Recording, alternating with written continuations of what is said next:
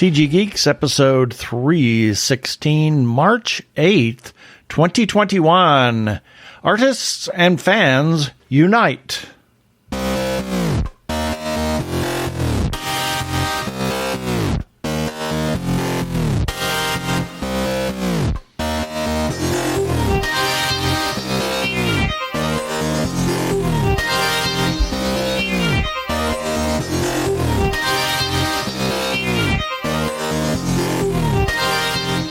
Hello and welcome to another webcast from tggeeks.com, where Ben and Keith, the two gay geeks, talk about all aspects of geekdom and nerdery, sci-fi, comics, film, horror, genre, you name it, we talk about it. I'm Keith Lane. We're coming to you from TG Squared Studios in lovely, it truly is spring now, Phoenix, Arizona, with the allergies and the heat and the everything and the respiratory distress. Exactly. And I guess I should have said on that, artists and fans assemble. Oh, that would have worked. That'll work, yeah. Or artists assemble. Yeah, that would have worked. Okay, well, after that, I'm just Ben here in Phoenix, Arizona. All right, let's get on with it. Prepare for hyperdrive.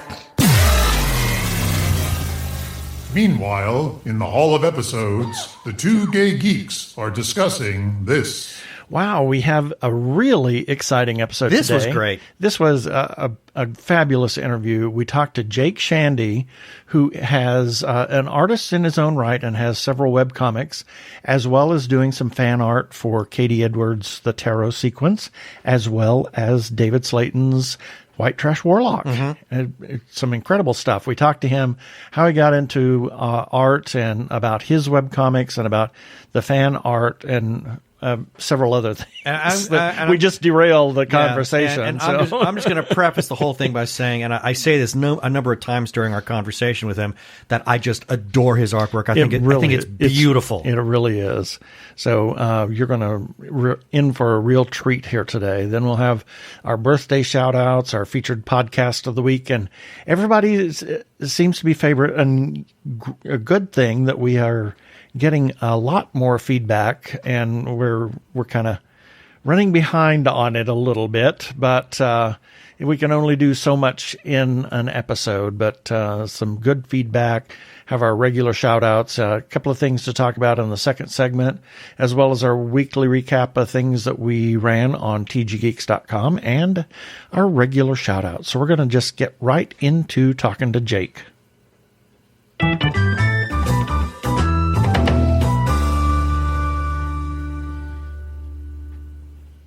And this time, we welcome to the show Jake Shandy, who is an artist, and he has come to us, or our attention, actually, on Twitter for a couple of different reasons. He's done some incredible fan art for Katie Edwards' Tarot Sequence and some fan art for the White Trash Warlock by David R. Slayton. Welcome to the show, Jake. Hi, thank you for having me. Sure. So you do other things, but that's how you came to our attention. So why don't you give us a little bit of an idea of who is Jake Shandy? How did you kind of get into art and all of that kind of stuff? I always like to say, and you've probably heard me say this because you've listened to the podcast, give us the elevator pitch of your life up to this point as if you were going to the top of the Empire State Building. Just a short little pitch of your life and how you got into this. And you have an interesting occupation as well. So, and you could say that. Perfect. I'm terrible at pitches, so let's see how this goes. So I've lived in Southern California all my life, and I've really been drawing since I was a little kid. Some of my earliest memories is me sitting with a sketchbook and a pencil, just drawing whatever I wanted. And as I grew up, I've always kind of gone back to art as something that just really made me happy and you know, kind of fulfilled me. And eventually I sort of parlayed that into what I spend a lot of my time doing now, which is making webcomics. And And then this past year with quarantine and all that, it really gave me time to kind of refocus on my art and just spend all my time doing that. So it's actually been a nice thing amidst not working a 9-to-5 anymore and being stuck at home with the cats. It's been something nice to focus on. Yeah, it's kind of nice. We have cats as well, so as everybody knows, they have become more dependent on us for they're going to go mental for more things. Once the great pause is over and we're back to going places, they're going to go nuts. Yeah. Oh, mine are going to be furious. It's going to be a mess. Well, Bagheera is probably going to pine. Ben says that he pines for me when I would travel because he'd sit in the sink in the bathroom and never sits there ever any other time except when I travel. So. Yeah, I don't want to think what's going to happen when we go on vacation. Oh, my God. They're going to tear the house down. Yeah. Oh, yeah. It's going to be a mess. Yeah. Anyway. So go ahead. I just love drawing. I've always loved drawing. One of my favorite gifts when I was a really little kid was one of my grandparents. She literally just bought me, a cheap kid's sketch pad and some colored pencils, and it was the best random grandparent gift ever, and nobody could talk to me for hours as I sat and drew. That is so cool. But it looks like you're doing more than drawing now. Yeah. It seems like you're actually creating stories. Am I correct in this? Yeah, I'm that kid who always had a million stories going through his head growing up. If I wasn't sitting drawing or watching a cartoon, I was out in the backyard swinging on the swing, just telling stories in my own head. And so now as an adult, I've sort of amassed a very large library of stories in my head that I've finally decided, well, I should do something with them. Yeah. After, 20, 30 years. Yeah. Maybe do something with them. So yeah, I've always been that kid who has been writing stories for himself, and I figured why not take those stories, take the art, which I love, and kind of mush them together and see what turns out. Well, that's really cool that you can actually do that, because, sometimes artists or writers are either one or the other, but there's also those writer artists that are, I think that's an incredible talent. I have always wanted to draw since I was a kid, and I can barely draw a circle. And that brings me, it kind of brings me to my next thought. I look at your artwork a lot because obviously you've helped illustrate many of the characters that that Katie Edwards has written in his Tarot Sequence books. And I'm looking at some of your own creations now, just things that you're making completely on your own. The art is beautiful, absolutely gorgeous. Did you have any kind of, did you go for any kind of training? Did you go to any kind of art school, or did you study art in school, high school, anything like that? Because this is some really good stuff here. Well, it's funny. I took some kids' art classes when I was very little, and I originally, when I went to college, I did theater all through high school. So I was kind of pushed by everyone to focus on singing and music, and so I started with that. Absolutely hated it, and switched to an art major. And I did take a couple years of art classes at a community college. And, I really appreciate you thinking that my art is beautiful, because the thing I always tell people is my entire life, no one has said anything nice about my art outside of my immediate family. Oh, my gosh. Really? Wow. I never gotten any notice or praise for it. And obviously the stuff I do now is much more refined than what I was doing in high school. But, when I was a little kid, if you asked me, what do you want to be when you grow up? I always said, I want to be an animator. I want to be a Disney artist, something like that. And just all the adults in my life outside of my immediate family always were like, oh, that's nice, but why don't you focus on music? You could probably do something with that. Or, Why don't you focus on this instead? And even in college, when I was taking those art classes, I always passed the classes. I got great grades, but I just was always very much like, oh, okay, good job. Oh, but look at this person over here. Look how amazing they're doing. Right. Just constantly overlooked.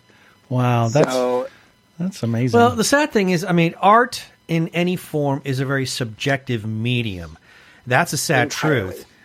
Because I was very much involved in music, and for years I was always being looked. You know, I got the praise, while other people that were just as passionate about it did not. So again, it's all about who your audience is. But I've got to say now, you must be getting a boatload. I was about to say a very naughty word. You must be getting a boatload of positive recognition, because, I mean, you know, and I really want to keep the focus on you, but I have to ask the question: what made you want to illustrate and bring characters to life from tarot sequence? Because you got a lot of notice when you started doing that. Yeah, well, so it's really interesting. I was actually chatting with David Slayton earlier today about tarot sequence and White Trash Warlock. I have a very strict rule when it comes to any form of media, be it a movie series or a TV series or a book series in particular, which is I do not start a book series that is not finished. I do not invest in ongoing things because I'm too impatient, and because I also if I get attached to a character and then something bad happens to that character further down the road, I'm just despondent, a mess. So I generally wait until a series is finished. Okay, I got bad news for you. I got bad news for you, Jake. You're reading. 0 for 2 right now. You know that. Yeah, I know. It's for the first time ever. And it's a testament to how much these series appealed to me, and especially, you know, the tarot sequence. I had an extra Audible credit back in, it was late 2019, and The Last Sun came up as a recommendation. So I downloaded the audiobook. I think I was 2 chapters in, and I hopped on Amazon and I ordered the hard copies of both books. Right. Because I was hooked, and it was the first time, and I've told Katie this, it was the first time in really years that I had read a book that I resonated so much with and that gripped me so strongly and that I just loved so much that I was like, I need everything I can get from this. And I hadn't had that happen for years. And so then I finished the book in February of 2020, The Last Sun. And I did a quick little doodle of rune and brand and posted it on Twitter, and Katie liked it, retweeted it, followed me, and then I got invited to the Tarot Sequence Discord, and here we are now. Yeah. I love your art. It's stunning. It's great, and thank you so much. The 2 that you have done for White Trash Warlock, Adam and Silver, are oh my god, beautiful! Yeah. Oh my god. I just finished the Silver one because I did Adam and Vic pretty much. I did Adam when I started the book. I did Vic when I finished the book. And then loved that the other one. night I did the Silver one. Yeah. I love that picture of Adam and Vic. Yeah. That was great. And the picture of Silver is amazing. Yeah.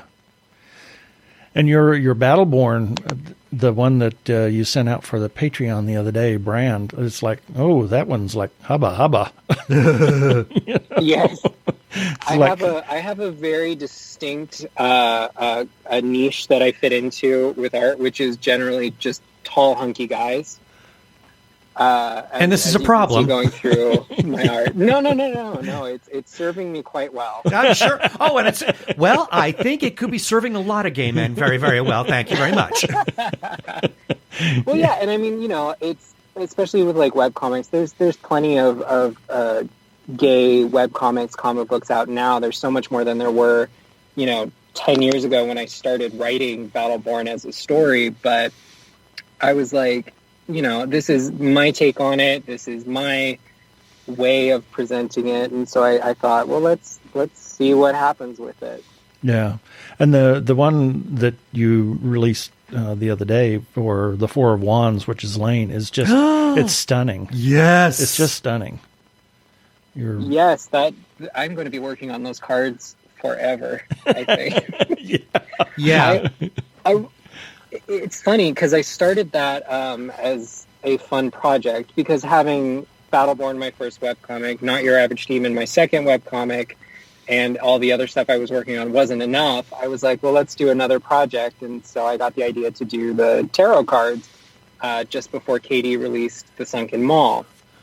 And originally my plan was to just pull from The Last Sun and then maybe The Hanged Man to do the deck. But then the more Katie is released, the more I'm like, well, there's so much more that I could pull from.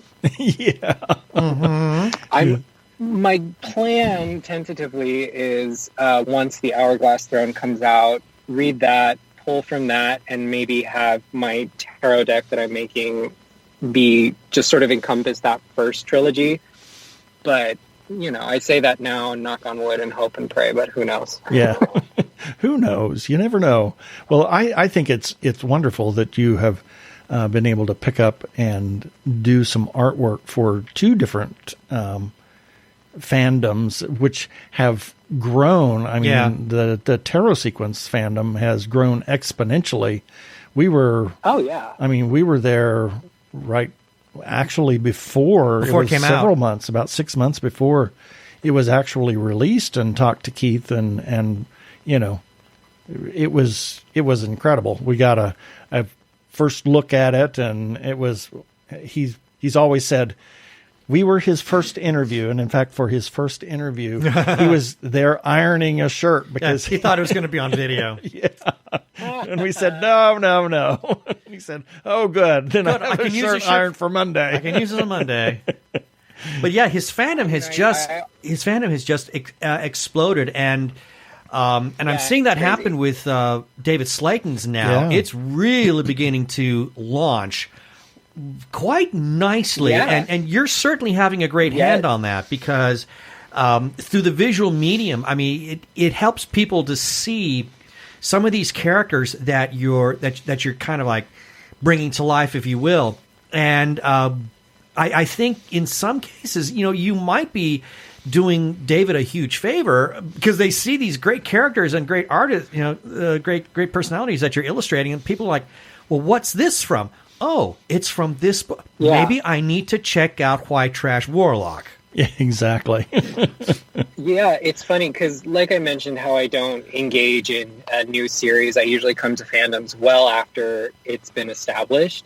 It's interesting and it's fun, and it's a little weird, jumping into two fandoms that are in earlier stages. Right.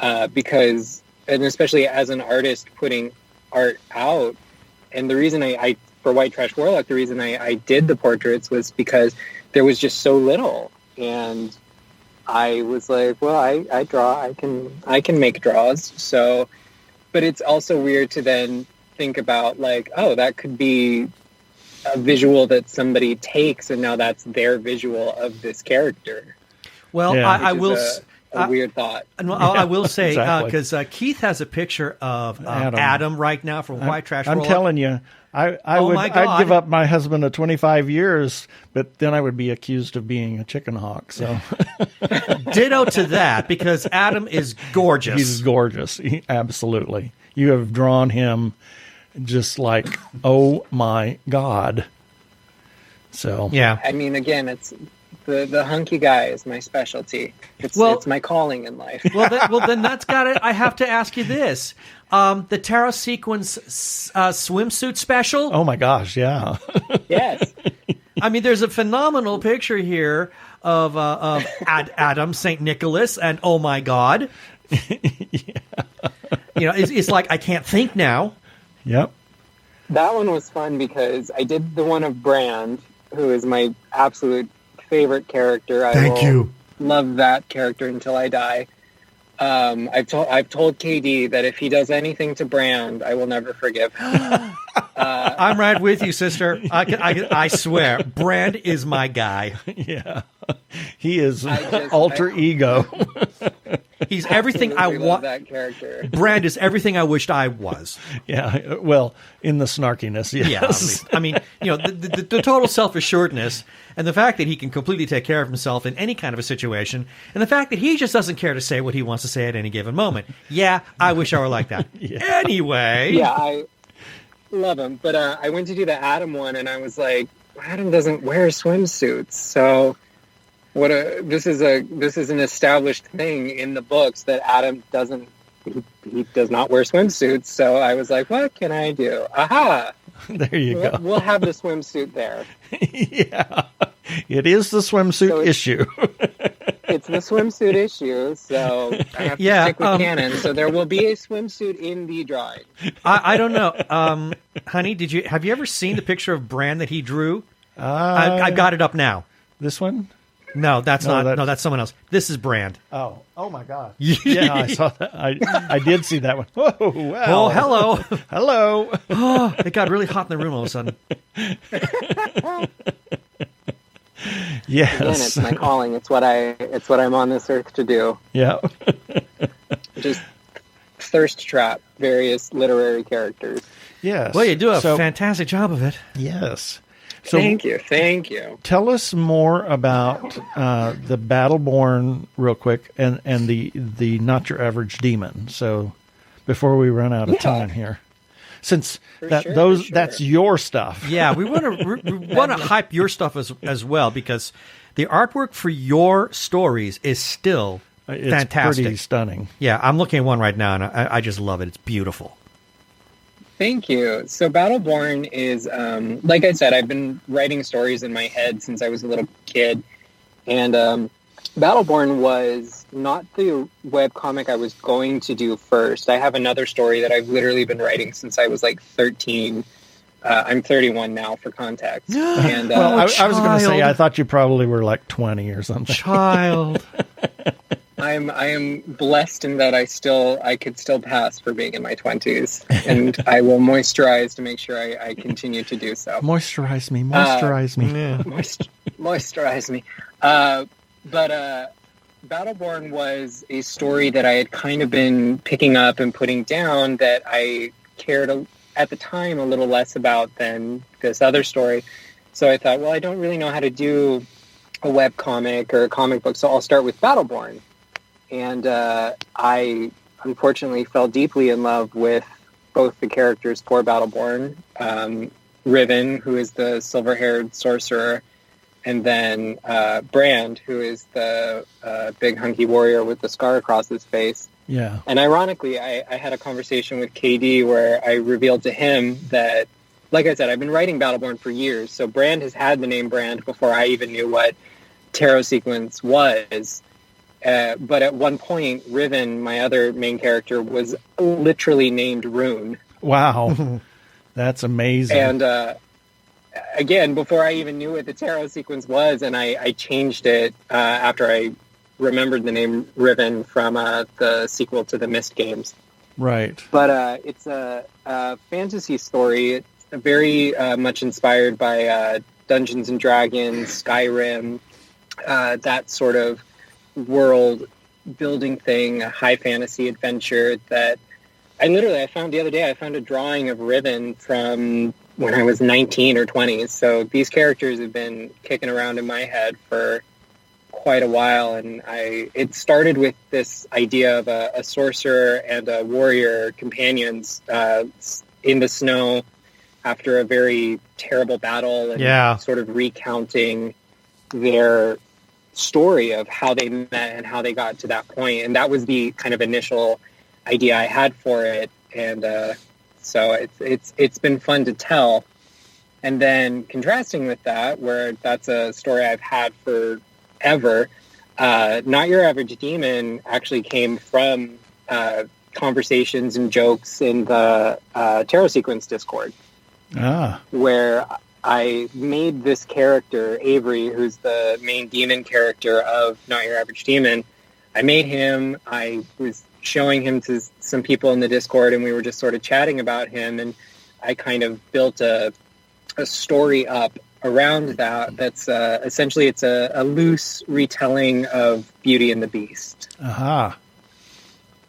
Cool. Well, because why just have one webcomic when you can have two? Yeah, exactly. Yeah, exactly. And you have we're going to get to your Patreon here, but you have a Patreon, and I think that you're shortchanging yourself by not having a couple more levels up there. So, yeah, I kind of agree. You could make some more money, you know? I looked at it and I thought, $1 or $5 a month? Oh, hell. I throw $5 in a week in the street. Yeah, I it's, again, going back to, no one's ever really appreciated or valued my art in any way outside of my family. When I built the Patreon, I was just sort of like, well, nobody's going to actually pay for anything, so I made the $1 option expecting like I might get a few people who would do that, and then the $5 option if people really felt like throwing some pennies at me. Well, I agree with Keith. I think you should definitely kind of level up a little bit because, I've said this a dozen times. I'm looking at the picture of Silver right now. Holy smokes, that's really good stuff. You're very talented. Thank you. Very talented. So we're running out of time, and I would love to. Wish we could talk to you some more. It's like this conversation is, as all of our conversations go, it's like, oh my gosh, we just have too much to talk about. Too much to talk about. And I suspect that we'll be having you on again at some point in the future. But in the meantime, I love that. Where can people find out more about you and what you are doing? Any websites, social media like Twitter, Facebook? How can people find you and what you are working on? You're on the MySpace and the intranets. And I don't have a MySpace anymore. I tried to find my old MySpace, but I think it got deleted. You can pretty much find me anywhere at Jake Shandy. That's my handle on most social media things. I'm on Twitter. I don't really use Facebook for anything. Liar. Twitter's my main. I found your Facebook page. I friended you there. But Twitter's my main thing for my art. I also do have an Instagram. That one is at Jake Shandy Art at the end because I wanted to keep my other Instagram for my cats. That's pretty much all it is. And those are my two main things. Also, if you search Jake Shandy on Patreon, you can find me there as well. I do have in my Twitter profile, I have a link thing that has pretty much all of my stuff on it. I also have a Discord for my webcomics and my art and stuff like that. And all those links are in my Twitter profile. And don't look up Jake Shandy on Skype. No. Don't look up Jake Shandy on Skype. You'll be in for you will be scarred. Scarred for life. It is. I do not know who that is. I can promise you it is absolutely not I. Well, this has been really great. Thank you so much for being on our show. Thank you so much for having me, and thank you for all the kind words, not just today, but when you were talking to KD and to David, and the shout-out you guys gave me. I really appreciate it. You bet. Hi, this is Jonathan Latt, author of the pulp novel The Geek, and you are listening to the Two Gay Geeks podcast. Holy smoke, that's a voice from the past. Yeah, but that was a great... I had such a great time talking to him. Oh, my God. We talked to him for 20 minutes about 20 to 30 minutes before the interview, and then we wound up talking to him for an hour and a half. An hour and a half, yeah. About and you only got 25 minutes of it. I know, but the conversation we had both was really before great. And after was phenomenal. The guy is great. I can't wait to have him on again. Yeah, and I can't wait to head to Southern California and meet some new people that we've talked to in the recent past, as well as Jake. And here's a few selected birthdays for March 8th through March 14th, 2021. March 8th, Aidan Quinn, actor. He was in Elementary, Benny and June, and a number of things that are in production right now. He started out not his very first thing, but his second entry was An Early Frost. Yes. One of the first films to highlight the AIDS crisis. And this was in 1985 when that was made. And it was just a heartbreaking story. He's been married to Elizabeth Bracco since 1987. They have 2 children. Oh, how wonderful. And, and he portrayed Paul McCartney in a TV movie. Yes, he did. It was wonderful. And met Paul by chance in a hotel they were both staying at and became friends. Yeah. And it was a wonderful movie amazing. about how Paul and John managed to kind of reconcile their differences and become friends again prior to John's death. Yep. And then we have Sid Charisse, dancer mostly, and actress, Singing in the Rain. Oh, my God. The woman Her scenes in Singing in the Rain were just incredible. She's a phenomenal dancer, and my stepdad always said that he adored her. I think he did. I think he did more than just adore her. And he said that she was all legs. Yep. I mean, it's like legs. There's no middle body. It just went from the legs up to her neck. The woman was just amazing. Yep, and she did some TV even into her later years. Throughout the 70s, she did, and 80s, she did Love Boat, Murder, She Wrote, Fantasy Island. Everybody did those. Frasier, yeah. And she was in a TV movie that aired the year she died in 2008. She was 86. Oh, my. Yep. And then we have March 9th, Samuel Barber, composer, out gay man, his partner of 40 years with Giancarlo Menotti, and wrote the opening opera for the Met, the new Met at Lincoln Center, and chose Leontine Price as Cleopatra in Antony and Cleopatra. It was just, some of his music is just incredible. He does this Adagio. Yep. That is just, the one I'm talking about. That is, do. It is hypnotic. It is so beautiful. Yep. And his Agnus Dei is pretty incredible, too. So you have to listen to those. Then we have Mickey Spillane, crime novelist, the Mike Hammer detective novels, and was known to act a little bit as well. He actually played Mike Hammer once. Oh, no kidding. Yep. And was on an episode of Columbo in 1974. Wow. Yep. And then we have a friend of ours, Grace Unger, and Marge Ryder. Happy birthday, Marge. And March 10th, Olivia Wilde, actress, probably most known for Tron Legacy, at least in the sci-fi circles, and has been a Star Trek fan from childhood. Oh, God bless her. She owns several classic cars, including a 1959 Thunderbird. Oh, my God, they were just so incredible. Okay, calm down, honey. Calm down. You're beginning to drool on the mic. Yep. And her parents were journalists, and as such, she had access to quite a few celebrities. At age 10, she had an impromptu brownie eating contest with Chris Farley backstage of Saturday Night Live. Far out. Far out. Okay, that's just great. Exactly. Sharon Stone, actress, Total Recall, Basic Instinct, and Basic Instinct 2. Several things in post-production or awaiting release. Is a huge supporter of the LGBTQ community and was good friends with Rock Hudson, who had helped her in her early career. Oh, I didn't know that. Yeah. I know that she was, at one point, she was a spokesperson for HIV, HIV care, finding a cure, HIV treatment. She really was and still is an amazing woman and powerful ally. Yep. And she worked at McDonald's as a counter girl as a teenager. Didn't we all? Well, I did. I worked at Jack in the Box, so what? But, we all had to go down that road. Exactly. And then we have Facebook friend Max Seifert, who worked at Arizona Opera, and he's off doing flight. He's a flight instructor now. So. He's a flight instructor? Yeah, My it's amazing. Goodness. Wow, that's a departure. Exactly. And then friend David Hunter. March 11th, and we got quite a few on March 11th. We got Anton Yelchin. Oh, my I'll gosh. just say he was an actor on Star Trek, died tragically. Way too young. 2016. Terrible accident. Yep.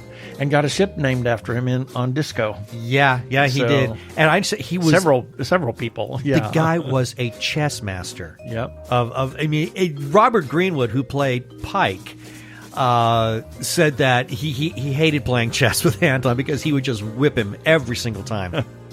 Then we have Alex Kingston, actress who was on ER for many years and Doctor Who as River Song. Loved her as River. In Arrow, Discovery of Witches.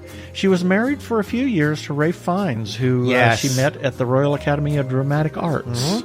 And I just loved her as River Song. I love her. In fact, we have staring at a picture of her. Yes. When she was at Phoenix Comic-Con. I think she's amazing. Yep.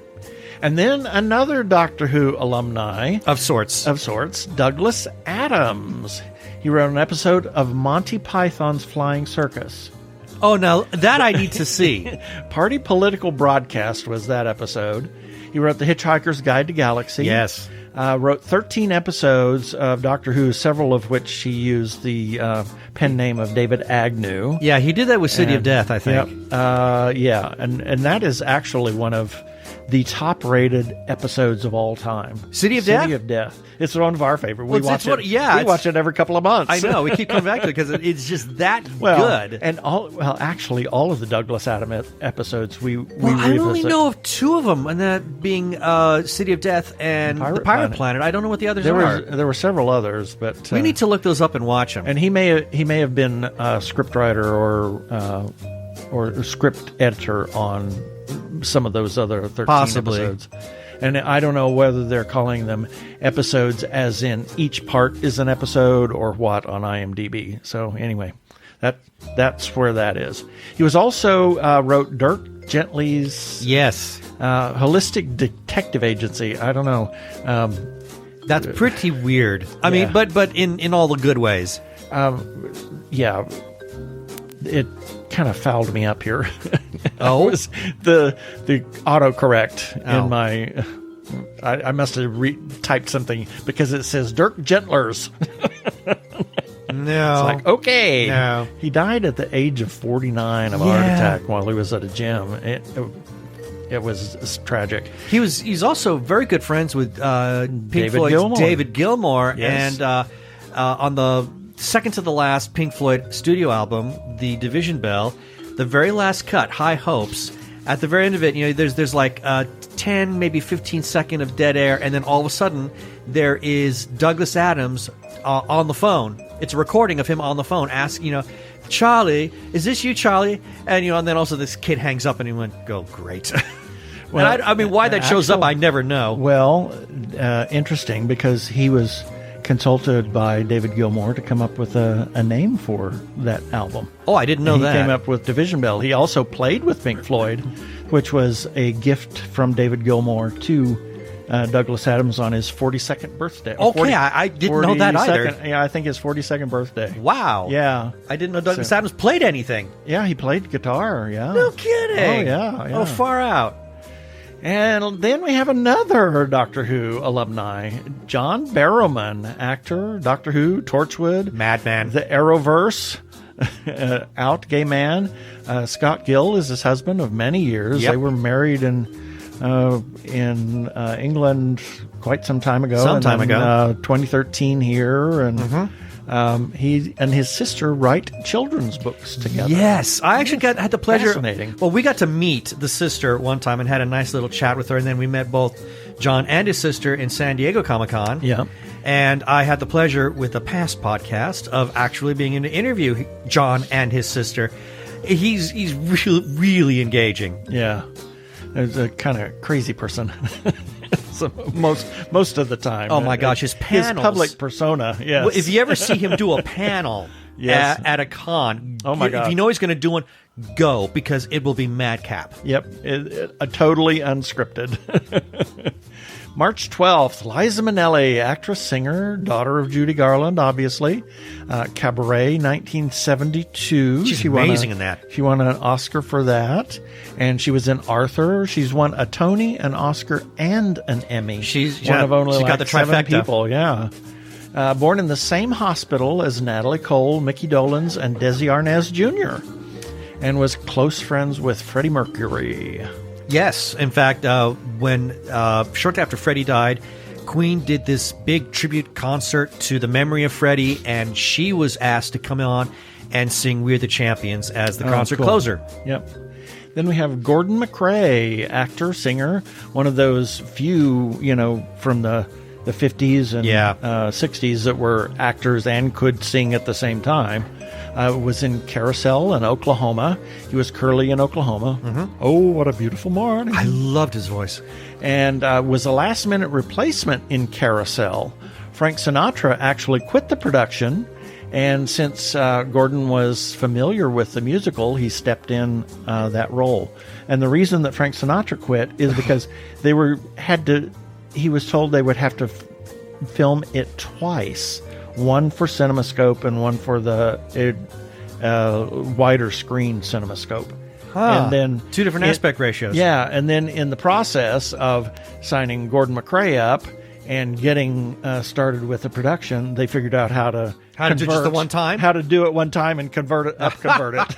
Oops. Well, to be honest, I think it actually works better with Gordon Mcrae anyway. Yeah. And then we have Facebook friend Brian Kirst, Lizzie Crow, and Kate Kennan, who is Joe Spector's wife of Arizona Opera. Happy birthday. Who is an opera singer in her own right. March 13th, Joe Ranft, writer, was one of the the Cal Arts graduates who started at Disney and was on the writing staff for Oliver and Company, Brave Little Toaster, Rescuers Down Under, Beauty and the Beast, and Lion King. And then moved over to Pixar, where he penned Toy Story, Bug's Life, and Cars. And did several voices. Yeah, and everybody said that whenever they were doing storyboarding and he would be going over the stories, in front of the animating team, it was always a laugh fest because the guy was just nuts. Well, and he did several voices, including Heimlich. Which is just my favorite. Exactly. And tragically died in a car accident at the age of 45. It was sad. Because he was one of those, powerhouses at Pixar. Then we have Percival Lowell, businessman, author, mathematician, astronomer, founded Lowell Observatory in Flagstaff, just up the road a piece, and surveyed Mars through the telescope that's still in operation at the observatory. It's this huge, gigantic thing, but that probably could fit in your backyard today. Yeah, I'm sure it could. For the same magnitude. And he observed Mars through that telescope and speculated that there were canals on Mars. And Lowell Observatory is also famous for discovering Pluto, which they actually had photographed in 1915. Yes. 15 years before Clyde Tombaugh actually discovered it as a planet. Yes, I said planet. Thank you. Mic drop. Also on March 13th, we have Facebook friend Angela Reeser, Lathrop Preston, and Pia Thrasher. Happy birthday, Pia. March 14th, Albert Einstein, physicist, Mr. E equals MC squared himself. Yes. Theory of relativity that fuels most of modern physics. Died in 1955, still searching for the theory that would bind classical physics with quantum mechanics. Yeah, he was always in search of that grand unification theory. Yeah. Sadly, the search is still on to this day. Yeah. Then we have Michael Caine. Michael Caine. The quintessential British actor in British TV and American movies. Many, many, many roles. He played Alfred in The Dark Knight, being just one. Yeah. He shared a flat with Terence Stamp in his early career. Yeah, I've heard that. He finally changed his name officially to Michael Caine when he was 83 because he got fed up with being held up at airports for having a name on his passport that did not match who they recognized. Oh, you're kidding. No. That can be frustrating. Yep. And then we have James Frain, actor. He kind of sort of slid under the radar until recently. Yeah, now he's a figure. Now he's a face. People know him exactly. He keeps popping up in things that we're rewatching or watching for the first time. Yeah, I had no idea. Holy moly, I didn't know he was in that. He was in Fringe. Yeah. I mean, only a couple of episodes, but still. His stars started to rise after Tron Legacy when he was in Grimm, Gotham, Orphan Black, Disco, and Elementary. I don't remember him in Grimm, but I'll admit that he was the first brother that got killed. Oh. Yeah. Okay. And then we have Facebook friend Graham Skipper and a former classmate of mine, Sky Robinson, who sadly died a number of years ago from kidney failure. And that's it for the birthdays this time.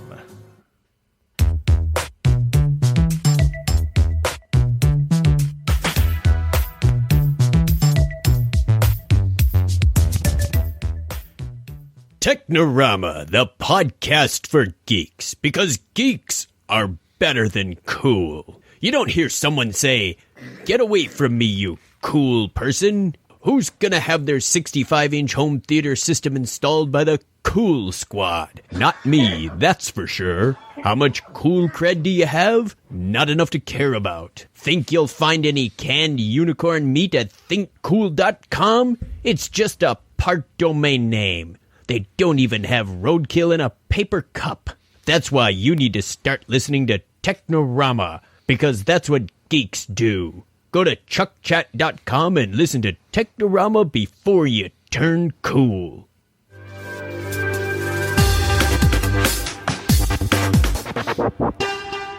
Go give a listen to our friends Chuck and Craig over at Technorama Podcast. I'm Daniel Radcliffe, and I believe that reaching out for help is the bravest thing a person can do.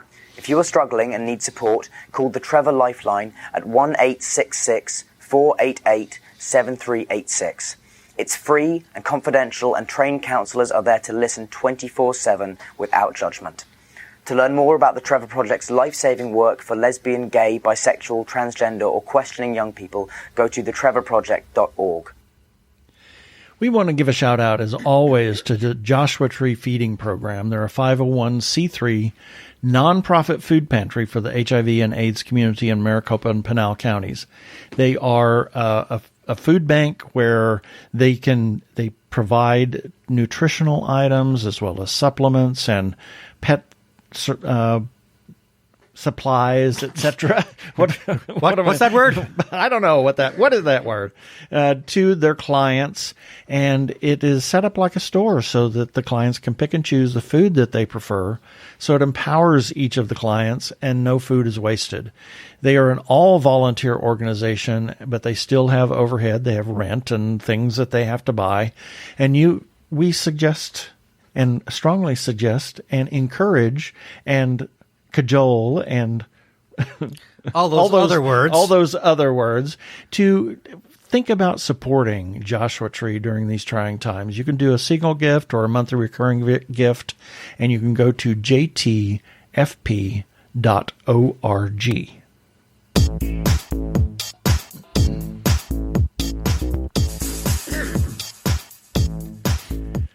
And it's time for our feedback. I got to fly through this because we've got a lot.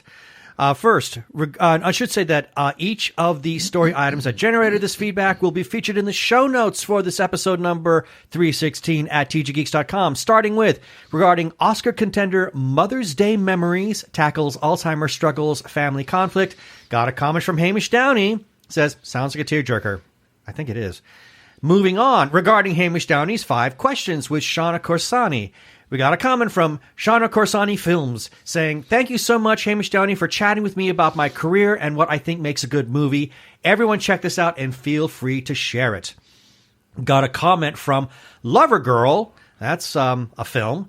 And it says, get deeper into the mind of Lover Girl's director, Shauna Corsani, with this short and sweet interview with Hamish Downey of TG Squared Studios.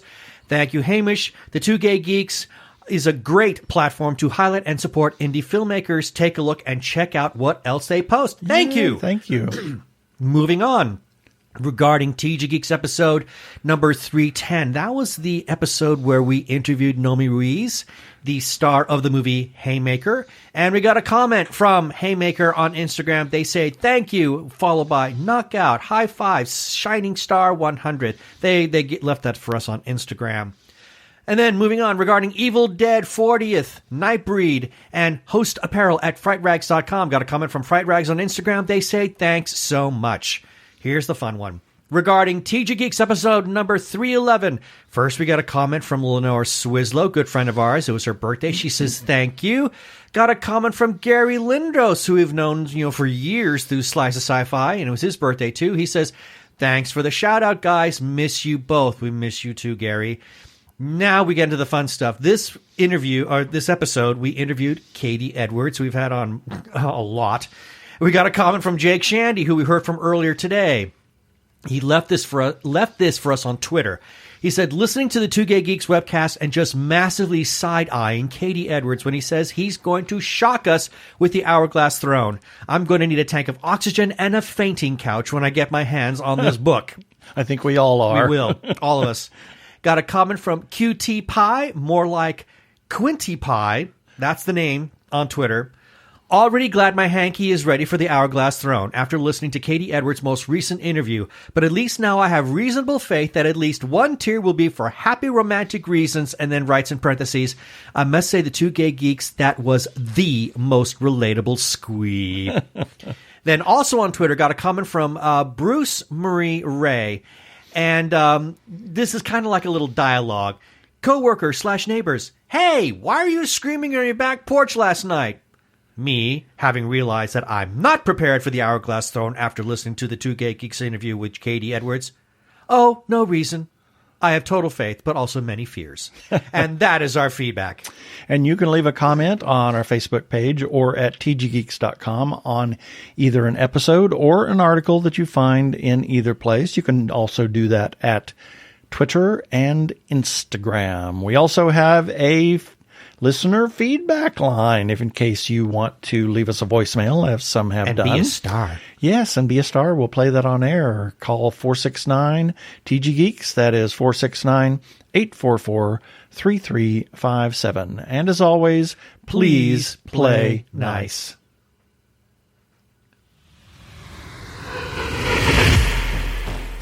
Well, as we've shown, we are huge supporters of independent creators, whether it's filmmakers, comic book artists, writers, other artists. Please talk about their stuff. Go to their websites, go to their Instagram, go to their Twitter pages, go to their web pages, their Patreon, their wherever you can find them. Wherever they've got something going on. And Jake Shandy is an excellent example of that. This guy is an independent artist, and yet his stuff typifies and reinforces what I've been saying all along, and that is there is so much talent in the independent creator market. Exactly. He's proof of that. Please support independent creators. If you are trans or are questioning your gender identity, and if you are in crisis or are feeling isolated and need someone to talk to, or you know of someone in a similar situation, there is a special hotline just for you.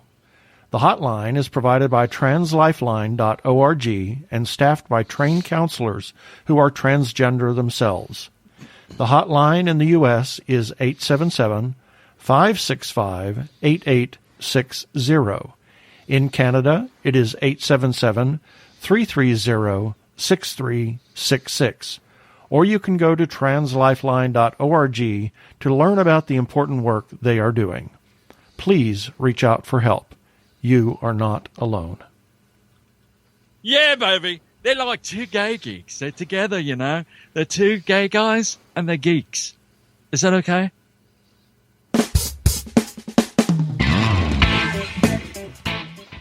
We only have just a moment. 10 seconds. I do want to throw something out there.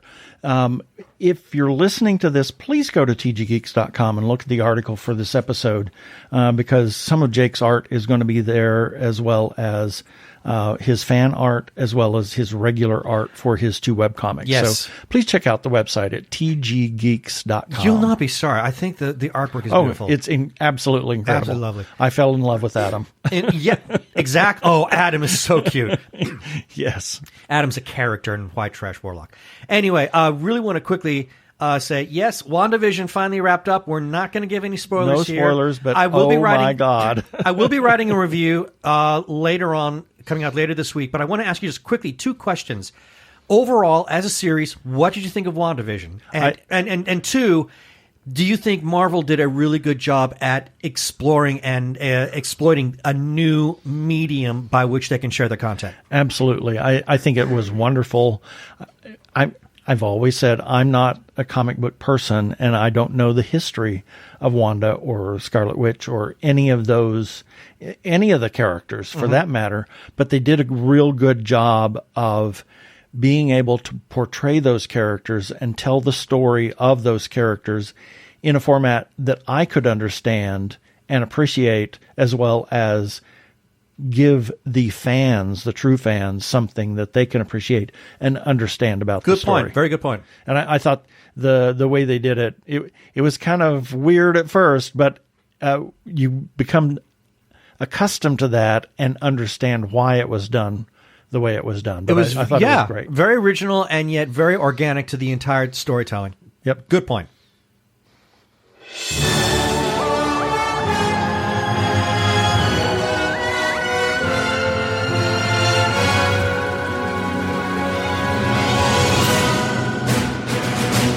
And it's time for our weekly review. And before I go into that, I just want to apologize if people keep hearing me clear my throat, because we got bad allergies here here in Phoenix. So there you go. Yeah, there you go. I apologize. Anyway, these are the articles that we ran on our website at tggeeks.com this past week, and the links for each of these stories will be in the show notes for this episode number 316 at tggeeks.com. Starting with Sunday, February 28th, Nerdy Chupacabras number 37. On Monday, March 1st, TG Geeks episode number 315. On Tuesday the 2nd, Ben's Breakdown, Secrets of Sulphur Springs 3 episode thoughts. On Wednesday the 3rd, Andrea's Angle, Chaos Walking, Imaginative and Compelling. On Thursday the 4th, Andrea's Angle, Boogie, Authentic, Modern, Coming of Age. And I want to tip my hat to Andrea. We got contacted by the film studio for that one, and they actually want to use part of what she wrote as the marketing campaign for Boogie. So you go, Andrea. You are on fire. You are awesome. On Friday the 5th, Hamish Downey's 5 Questions with Heather Muriel Gwen. Also, Andrea's Angle, Coming to America, the number 2. Laugh Out Loud Funny. And we close out the week on the 6th. This Got Made, hosted by Carlton Tetley. Season 2, Episode H, Cells at Work. That's a manga. That is what we ran this past week. Yeah, and I just want to say that Ben has real trouble with when the allergy season comes around because of a previous stint of valley fever, which is a horrible thing. Yeah. Here in the Phoenix Valley, it's prone to this part of the of the world. Yep. Yeah. So that's why I have this problem. Suffers with it terribly.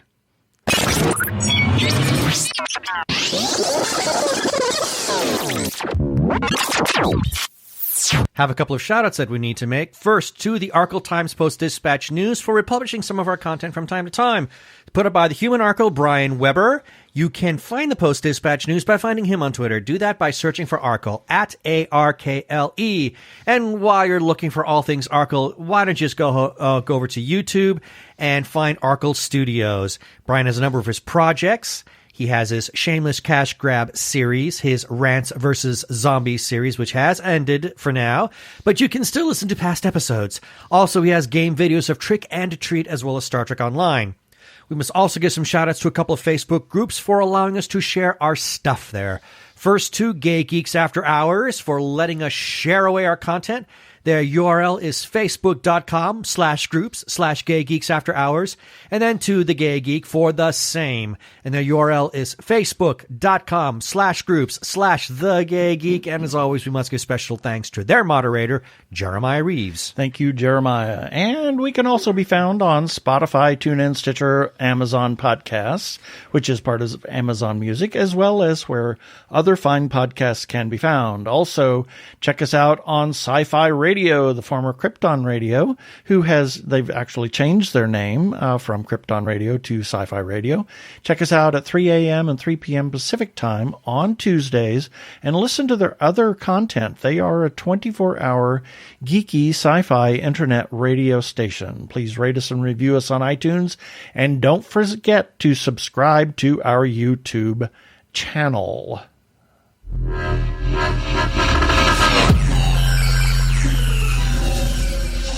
And that should do it for this episode of TG Geeks Webcast. Be sure to check out the article for this webcast episode. We're going to have several links on the page.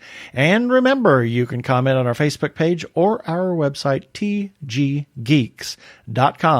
Or you can leave us a voicemail at 469-TG-GEEKS. That is 469-844-3357. From TG Squared Studios, I'm Keith Lane. Thanks for listening. Please be kind to yourself and those around you. Stay home, stay safe, stay sane. Peace. Cheers.